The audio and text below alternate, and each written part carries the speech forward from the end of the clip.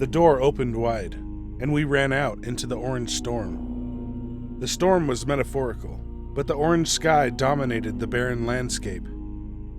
Mikey, Tex, Lee, and I had masks with ventilators to keep out the dust, but the dust was the least of our worries.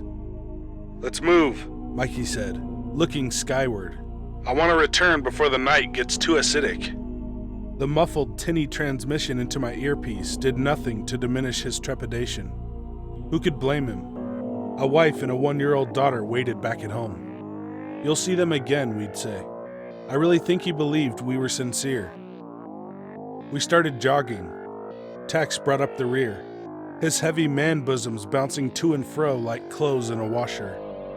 Lee was focused on his computer, never sparing a glance at the ground in front of him as he ran. "Runners!" Tex screamed.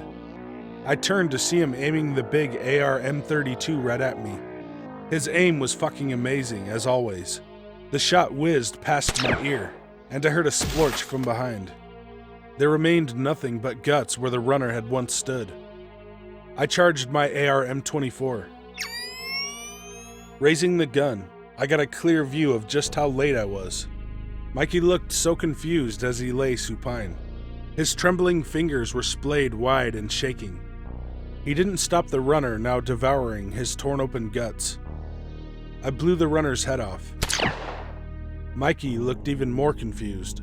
You know what I said to him? Not a damn thing. There was just nothing to say. I blew his head off too.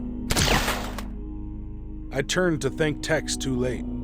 A 10-foot Razagrankin raised him high in its metallic pincers, every circuit on its torso buzzing angrily. Tex made eye contact with me, held up a blinking concussor grenade, and nodded. Lee and I made it 50 paces before the explosion. After, we both stood, panting. He was still looking at that computer. "I dropped a water purifier by your feet," I huffed. "Please." He laid his own AR M24 on the ground, so he could turn away from me and pick up the purifier with his free hand. He froze, facing away. "Shit, I put my gun down. How did you know?"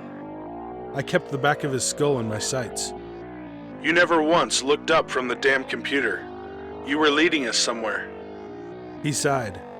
Fuck, it sounded sad. "You know you won't be able to return?" "It probably wouldn't be safe anyway, right?" I replied. His silence said everything. "Do you want to turn around for it?" "No. I'd rather look at the orange sky. I always loved the orange sky." There's nothing poetic about war. I shot my friend in the skull, and his brain exploded out of his head like spaghetti. That was it. I shouldered my gun, nabbed the computer and purifier, and headed into the barren west.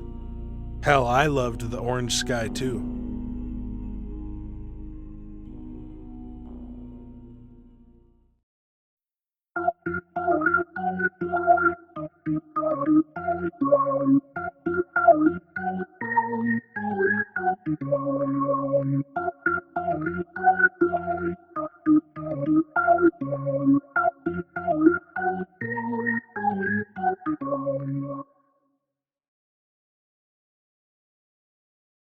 Help me. I don't know what to do. It all started 8 months ago, when my wife and I had our first child. We named him Anthony, the sweetest little boy. Hardly ever cried and always slept through most of the night. An angel, that kid. After 6 months, my wife went back to work and we hired a babysitter. That's when things got weird. The sitter looked like a sweet young girl from a nice family. Yet for the last couple months, something was off. She became increasingly morose, as if she was afraid of something. Soon, other suspicions entered my mind. Something was going on. And with the baby as well. He has always been quiet, but now the whole night would go by and he wouldn't so much as make a sound. It might seem like a parent's dream, but it's not natural, and we were scared. My wife was the one to say it out loud. What if the nanny is doing something to Anthony? I mean, we see this kind of thing on TV all the time. We know a couple who's been through it, and the kid turned out quite damaged and depressed. So I bought one of those hidden camera things and placed it in a corner of his room. The entire day, I could think about nothing else. So I get home, pay the nanny. She's weird as usual. The camera sent the video file to my cell phone. I then sent it to the TV as soon as she left the house. I saw the video. That's why I need help. I don't know what to do. As I write this, I'm sitting on my couch staring at the screen, waiting for my wife to get home, oppressed by the loud silence that comes from his room. My hands are shaking. It's hard to breathe. I now understand her strange attitude. I now know why she wouldn't talk about it.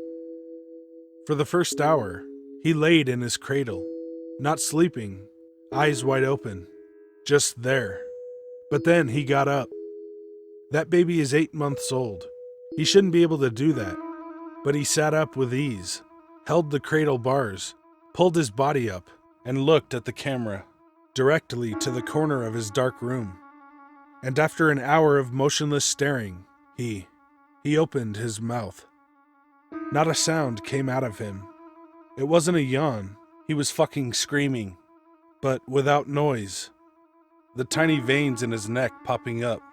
His jaw wider than I thought possible, shaking, all while looking at the camera, at me. He remained in that position for hours and fell back as I got home. I don't want to go in there. Help me. What should I do?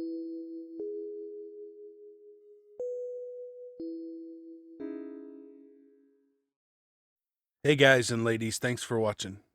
If you want me to tell your story, or read a creepypasta, email me at the address in the description. Be good to animals, even people. See ya. Enjoy that roasted dinosaur.